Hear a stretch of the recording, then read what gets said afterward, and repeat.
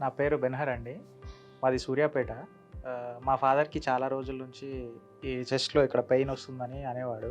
ఒకరోజు చెస్ట్‌లో నైట్ బాగా పెయిన్ వస్తుందని చెప్పారు.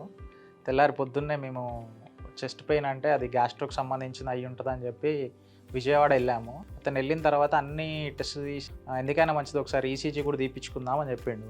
ఈసీజీ తీపిచ్చంగానే వెంటనే తను ఈసీజీ రిపోర్ట్ చాలా తేడాగా ఉంది. మీరు అర్జెంట్‌గా కార్డియాలజిస్ట్‌ని ఎవరినైనా కలవండి.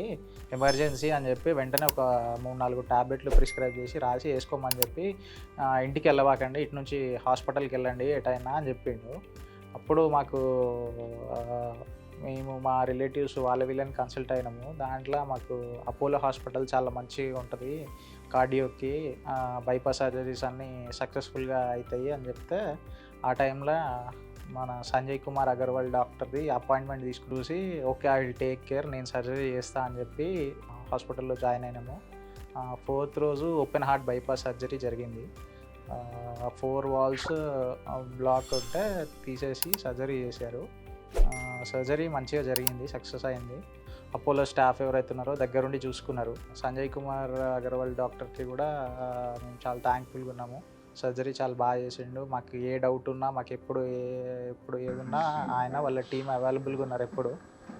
Thank you Sanjay Kumar Agarwal doctor and thank you Apollo.